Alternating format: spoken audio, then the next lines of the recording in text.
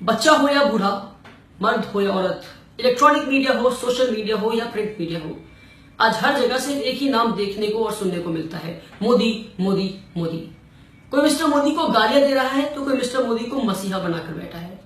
तो आज का ये वीडियो मैं उन लोगों के लिए बना रहा हूं जो मिस्टर मोदी को मसीहा बनाकर बैठे हैं। So through this video today I will prove it to you that mister Modi is no मसीहा। बट जब मिस्टर मोदी देश के प्रधानमंत्री नहीं थे तो 1 अप्रैल 2010 में कांग्रेस ने जीएसटी बिल लागू किया।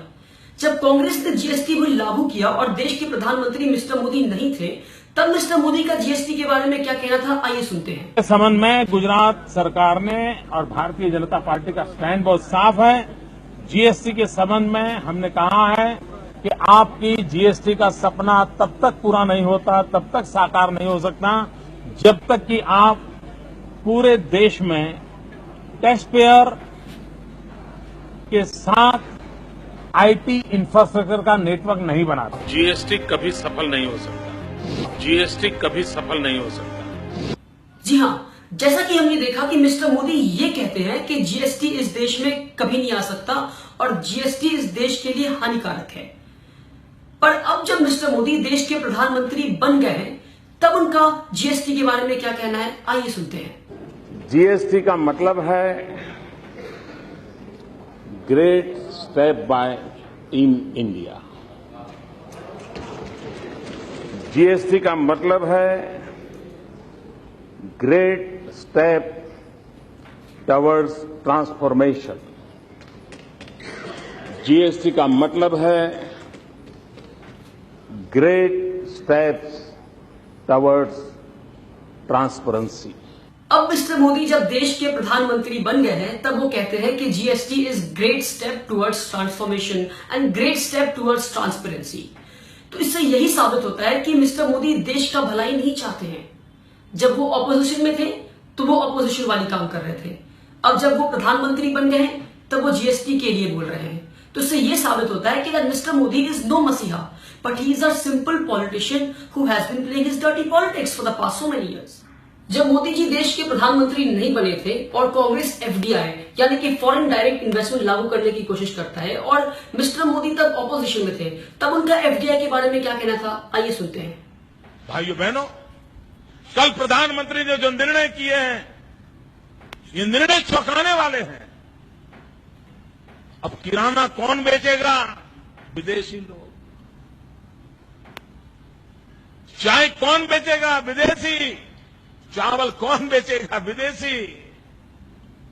गेहूं कौन बेचेगा? हल्दी कौन बेचेगा? मिर्ची कौन बेचेगा? इसके लिए विदेशियों के लिए दरवाजे खोल दिए। हमारे देश के छोटे छोटे व्यापारियों की दुकानों पे ताले लग जाएंगे। ये निर्णय दिल्ली में बैठी हुई सरकार ने किया है। जी हां, जैसा कि हमने सुना कि मिस्टर मोदी ये कहते हैं कि अगर देश में एफडीआई आ गया तो देश का किराना हो, चाय हो, हल्दी हो या चावल हो, हर कोई विदेशी बेचेगा और जो छोटे मोटे व्यापारी हैं देश के, वो बर्बाद हो जाएंगे। पर जी नहीं, जब मिस्टर मोदी देश के प्रधानमंत्री बन जाते हैं तब उनका एफडीआई के बारे में क्या कहना है, आइए सुनते हैं। भारत में भी बहुत बड़ी मात्रा में विदेशी पूंजी की जरूरत है। फॉरेन डायरेक्ट इन्वेस्टमेंट की आवश्यकता है।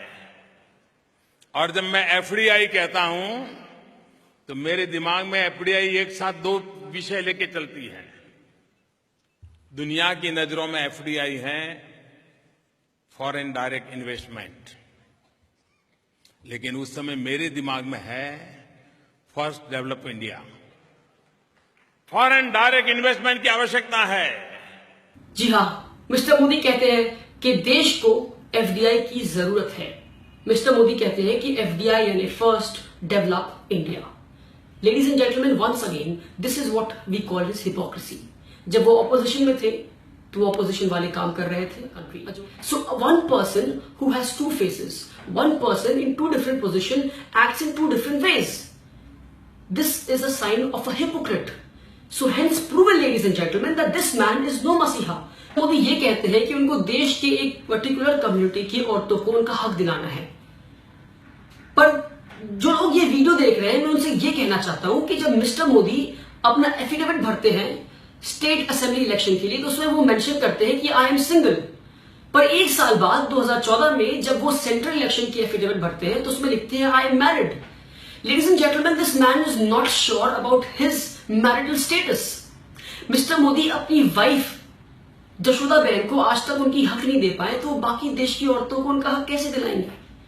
Ladies and gentlemen, try and understand that this man is no Masiha, but he is a simple hypocrite man.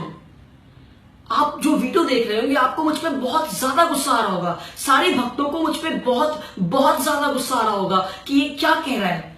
मैं बस आपसे सारे भक्तों से सिर्फ एक बात कहना चाहता हूं, एक बार अपना हाथ अपने दिल पर रखकर एक सवाल कर ले कि ये जो बच्चा आज वीडियो में कह रहा है क्या वो सही कह रहा है या गलत कह रहा है।